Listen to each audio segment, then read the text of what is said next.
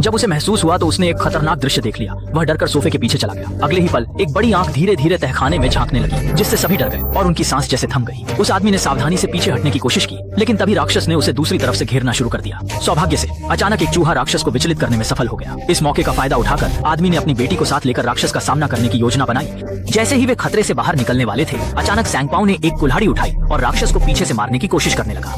दाशान ने कभी भी ऐसा करने से मना करते हुए इशारा किया, क्योंकि राक्षस को केवल एक कुल्हाड़ी से हराया नहीं जा सकता था। सैंगपाओ को सब समझ में आने लगा और वह शांत हो गया। लेकिन जब वह उनके पास वापस लौटने की कोशिश करने लगा, तब गलती से उसने कुछ आवाज कर दी। राक्षस ने वह आवाज सुनते ही ध्यान उनकी ओर आकर्षित कर लिया। दाशान ने फुर्ती से एक आईना उठाया और उसके पीछे छिप गया। जब राक्षस वहां पहुंचा, उसने उन्हें नहीं देखा, लेकिन उसी समय लड़की का पैर अचानक फिसल गया। स्थिति और अधिक बिगड़ गई। आवाज सुनते ही बड़ी आंख जब उसने आईने के पास से घूमकर देखा, तो पाया कि केवल एक गिरा हुआ जूता था। उसे नहीं पता था कि इस समय 3 लोग सीढ़ियों के नीचे छिपे हुए हैं। जबकि कुछ भी न समझ पाने वाला राक्षस धीरे धीरे तहखाने से चला गया। लेकिन अभी तीनों ने राहत की सांस भी नहीं ली थी कि कुछ रेंगने वाले एलियन जीव तहखाने में घुस आए। सांबियो ने परिवार का बदला लेने के लिए अपनी बंदूक उठा ली, लेकिन उसे दाशान ने रोक लिया। जब दोनों बहस कर रहे थे, तभी बाहर अचानक जोरदार आवाज हुई और उसके बाद वे एलियन जीव तहखाने से चले गए। लेकिन दाशान के चैन लेने से पहले ही उसे और सांबियो को और भी जघन्य दृश्य दिखा।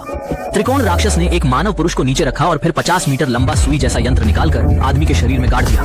यह देख सांबियो पूरी तरह टूट गया। वह पागल सा सुरंग खोदने लगा, चिल्लाकर कहता रहा कि वह मरने को तैयार है, लेकिन एलियन से खून नहीं लेने देगा। दाशान ने समझ लिया कि सांबियो पूरी तरह पागल हो गया है। उसने चुपचाप अपनी बेटी की आंखें ढक दी और फिर वापस उसी कमरे में चला गया। जब कमरे का दरवाजा फिर से खुला, सांबियो हमेशा के लिए चुप हो चुका था। मजबूरी में दाशान ने धन्यवाद कहा।